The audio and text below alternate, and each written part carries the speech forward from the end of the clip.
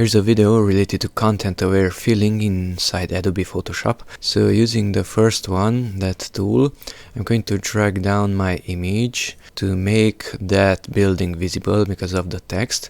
And now I want to fill in that portion with something. So I'm going to go here to this one, which is Magic Wand tool. More exactly, right click on that one to show this menu and select the last one, Magic Wand tool. Now left click here to this transparent area, and now if I go here to edit, I should use fill.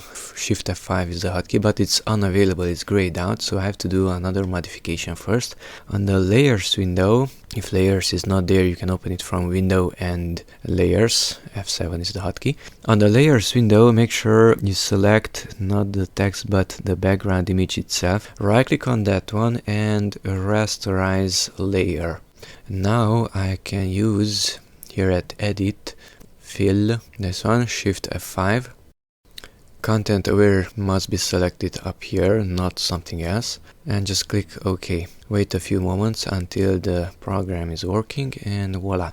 To hide that selection, press Ctrl D, and that's it. So the transparent portion of the image was filled out with something which was near it, that is the sky.